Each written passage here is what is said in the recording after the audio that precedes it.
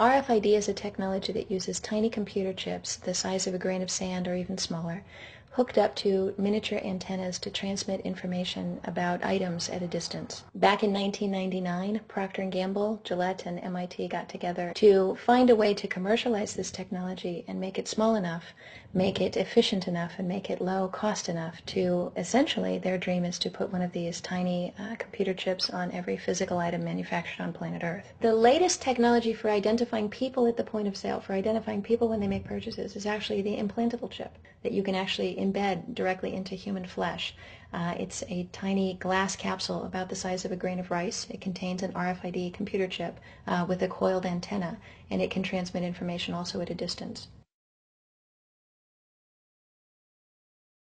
Homeland Security folks, the Department of Defense, and others have expressed an interest in being able to more closely monitor the U.S. populace, and one way to do that, of course, would be being able to determine who buys what and where they take those things.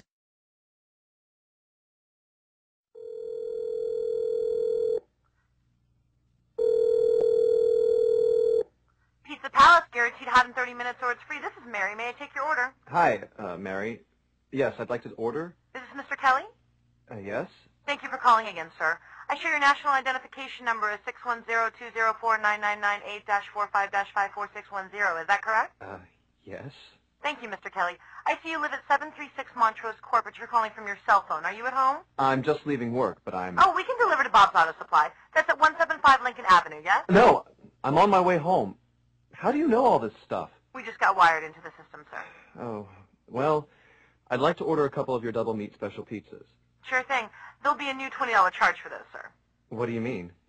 Sir, the system shows me that your medical records indicate that you have high blood pressure and extremely high cholesterol.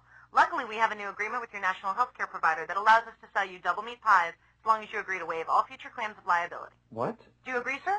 You can sign the form when we deliver, but there is a charge for processing. The total is $67 even. $67? Well, that includes the delivery surcharge of $15 to cover the added risk to our driver of traveling through an orange zone. I live in an orange zone? Now you do. Looks like there was another robbery on Montrose yesterday. You could save $48 if you ordered our special Sprout Submarine Combo and picked it up yourself. Comes with tofu sticks. Those are very tasty, sir. Good value, too. But I want double meat. Well, I'm sure you can afford the $67 then. You just bought those tickets to Hawaii. They weren't cheap, eh? Oh, but I see you checked out the budget beach bum at the library last week. Up to you, sir. All right, all right. I'll get the Sprout subs. Good choice, sir. Gotta watch that waist if you're hitting the beach, eh? 42 inches. Wow. Man, I'd say tofu and Sprouts is, like, required. That's how much? Just between you and me, there's a $3 off coupon in this month's Total Men's Fitness magazine. Your wife Betty subscribes to that, right? Anyhow, clip that and it's $19.99 even. Whoa, looks like you maxed out on all your credit cards. Bring cash, okay?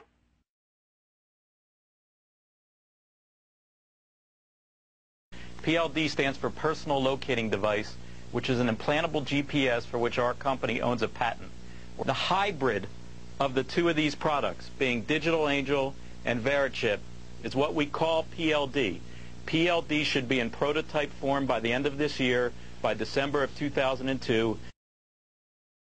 We have a Florida family who are really pioneers in a brave new world. They have volunteered to be the first ever to have microchip identification devices implanted into their body. After 9/11, I was really concerned with the security of my family. In the 1960s, Professor Jose Delgado took a normally hostile bull and implanted electrodes into its brain, electrodes that could be activated by a radio transmitter. His objective was to see if stimulation of the bull's midbrain could short-circuit the rage signals, stopping the bull before it reached the matador. After the bull had recovered from the implantation and in mid-charge, the button was pressed. The bull's aggression ceased instantly. A clearer experiment was performed with cats. In this classic example, the hypothalamus, the rhythm maker, was implanted with electrodes. Could it be responsible not just for rhythms, but also for rage? The switch is turned.